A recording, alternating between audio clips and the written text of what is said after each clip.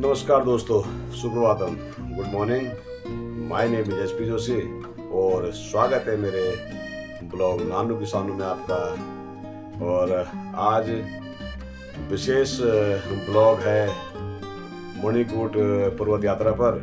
प्रयास करूंगा कि आपको समझाने का कुछ प्रयास कर सकूं और हो सकता है कि आपको मैं समझाने में सफल रहूं। और यदि कहीं पे कुछ त्रुटि हो तो उसके लिए अग्रिम माफ़ी के साथ में, क्योंकि यह जो कुछ चीज़ें दंत कथाओं पे होती हैं, कुछ चीज़ें विशेष रूप से जो हमने सुनी हैं, जो हमने सुनी सुनाई कहानियों पर होती हैं, और कुछ चीज़ें ऐसी होती हैं कि जो हमें महसूस की गई होती हैं। तो इसी पर मैं आज आपके सामने अपने ब्लॉग जो समर्पित कर रहा हूँ। वह बहुत ही जल्दी होने वाले जो मणिकूट पर्वत यात्रा पर है। और इस पर्वत यात्रा पर जो भी चीज़ें होंगी मैं आपके सामने उनको रखने का प्रयास करूंगा और आपको बताते चलूँ कि यह मणिकूट पर्वत की यात्रा बहुत बड़ी सिद्ध पीठ को माना गया है। और यहाँ ये क्योंकि हमारे बिल्कुल मेरे तो गांव से जुड़ा हुआ क्षेत्र है, बिल्कुल गांव के पड़ोस का क्षेत्र है जो मणिकूट पर्वत है। और बल्कि सुबह शाम हमारे घर में तो मणिकूट पर्वत के दर्शन करने को मिलते हैं और ये हमारे बहुत बड़ी सौभाग्य की बात भी है।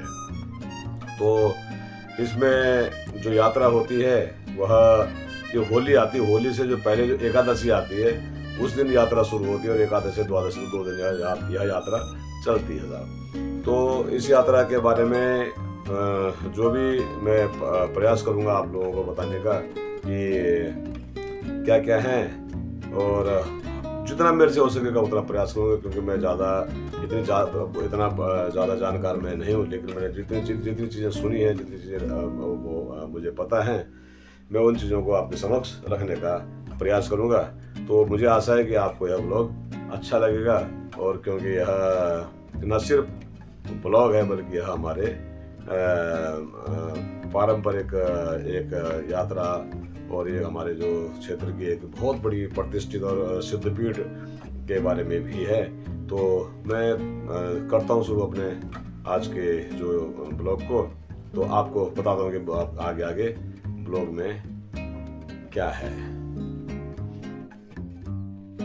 दोस्तों, श्री सिद्धपीठ मणिकूट पर्वत यात्रा के बारे में मैं जो आपको बताना चाहूँगा वह इस प्रकार है कि इसमें 12 द्वार हैं और 12 द्वारों की इसमें पूजा होती है, जिसमें सबसे पहले पांडव गुफा की पूजा की जाती है। उसके बाद में गरुड़ चट्टी और उसके बाद में फूल चट्टी, और लगातार जो करते आगे काली कुंड, जहाँ पे एक ऊपर नीलकंठ से आ रही है नदी, पीपल कोटी जो नीलकंठ के लिए जहाँ से रास्ता जा रहा है, और हिंडोला जहाँ पे एक द्यूली में एक हिंडोला नाम से भी जाना जाता है, कुशासिल जहाँ पे मैं इसके बारे में पूरा विस्तार से अभी बताता हूँ आप लोगों को, माँ विंध्यवासिनी का मंदिर, ये सारे द्वार अभी जो मैं प्राथमिक स्तर पर बता रहा हूँ आपको द्वार हैं। ये गोरी घाट जो मोक्ष धाम भी माना जाता है, और श्री वीरभद्र जो शिव के परम अनन्य भक्त थे, गणेश गुफा, और गणेश गुफा के बाद में भैरव घाटी बिल्कुल जहाँ से पैदल यात्रा जाती नीलकंठ के लिए। साथियों, मैंने अभी ये जो द्वारों के नाम गिनवाए आपको, मैं उस पर चर्चा भी जरूर करना चाहूँगा, और मैं चाहूँगा कि आप लोग उसको ध्यान से सुने। अब चूँकि यह अब फोटो पे कम, बल्कि मैं तो सिर्फ अपनी बातों को रख रहा हूँ, क्योंकि मैंने ये फोटो सारी जो कलेक्शन करी हैं सारी सोशल मीडिया के माध्यम से ही मेरे पास आई हैं, और कुछ मैंने भी जो मेरे पास अपनी थी। तो मैं यही बताना चाहूँगा कि जो हमारा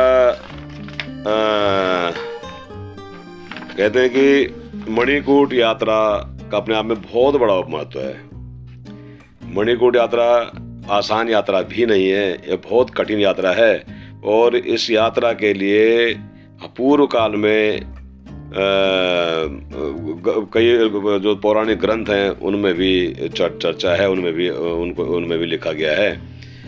मणिकूट पर्वत की जो यात्रा है ना, उसको शिव परिक्रमा के समान माना गया है। यह यात्रा पहले जो हमारे जो पुराने लोग थे वह नंगे पांव किया करते थे। और 2 दिन लगभग 2 दिन यहाँ यात्रा चलती थी और हर द्वार पे पूजा अर्चना जो विशेष रूप से की जाती थी। और क्षेत्र में लोग बिल्कुल नंगे पांव, बिल्कुल भूखे प्यासे, बिल्कुल ऐसे चलते थे कि बिल्कुल मतलब जिसको कह सकते हैं कि आपकी ये यात्रा, हालांकि आज सुविधाएं हो चुकी हैं तो सुविधाओं के हिसाब से आज यात्रा थोड़ी अपना शॉर्ट रूट ले चुके हैं। शॉर्ट रूट कहूँगा कि गाड़ी वाड़ी में जाते हैं तो थोड़ा जल्दी से चीज़ें जल्दी हो जाती हैं। और यह समय की बातें, समय के हिसाब से चलने वाली चीज़ें हैं। हालांकि कुछ लोग आज भी प्रयासरत हैं कि यात्रा 2 दिन चले। और इसी उसमें मैं कहना चाहूँगा कि मणिकूट यात्रा के बारे में जितना कहें वह कम है। बहुत कठिन है, मैंने पहले कहा, किंतु कहा जाता है कि श्रद्धा के सामने ना कोई भी कठिनाई बहुत छोटी हो जाती है, बहुत क्षीण हो जाती है। तो यह भी सही है। और दोस्तों, मणिकूट पर्वत यात्रा का उद्देश्य बहुत बड़ा है। मणिकूट पर्वत का जो यात्रा है ना जी, यह समस्त जीव लोग की शांति, समृद्धि एवं विश्व शांति के लिए माना गया है।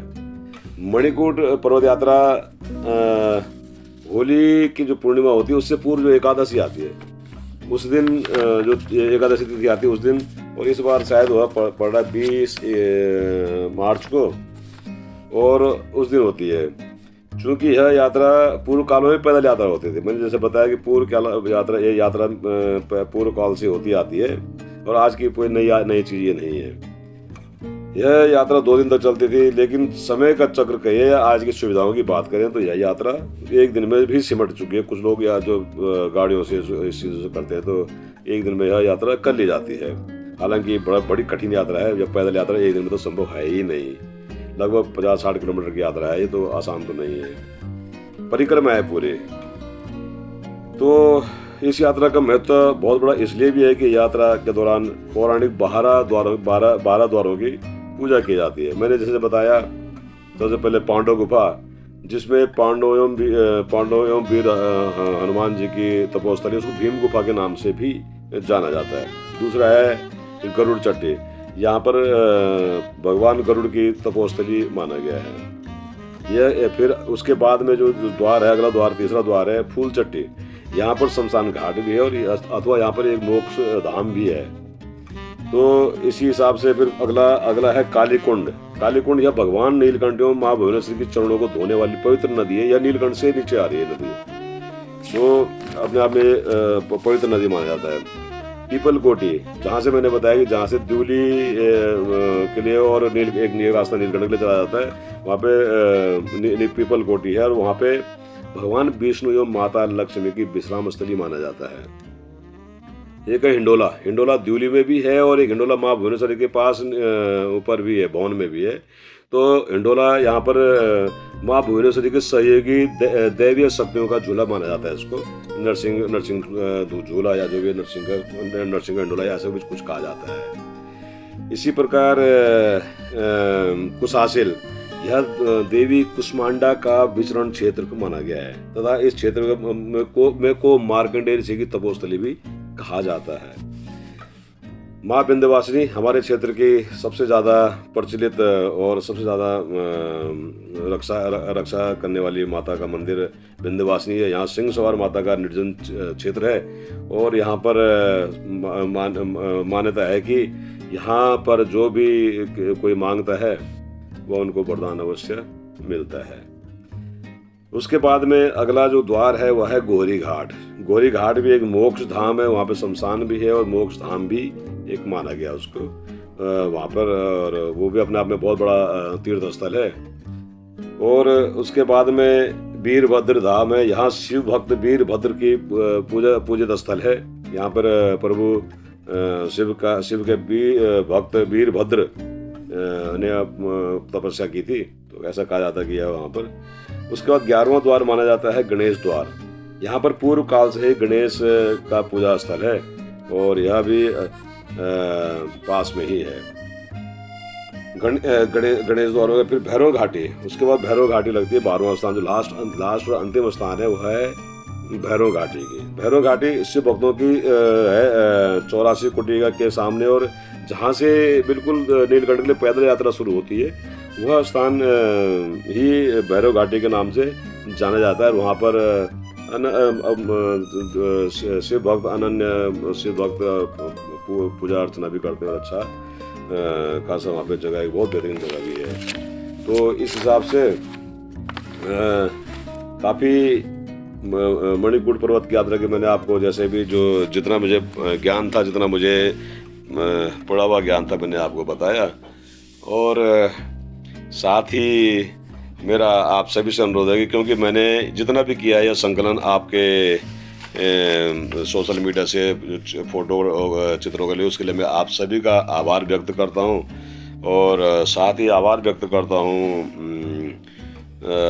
जितने भी पूर्व में क्या कहते हैं, पूर्व में जितनी भी यात्राएं हुई हैं, मणिकूट पर्वत की यात्राएं हुई, सिद्धपीठ की यात्रा हुई हैं, उन सभी का। और मेरी आप सभी से विशेष निवेदन है कि आप लोग अपने इस क्षेत्र की इस महान व्यवस्था हेतु स्वयं सहयोग करें और साथ दें। और सभी को ढेरों शुभकामनाएं। धन्यवाद। नमस्कार।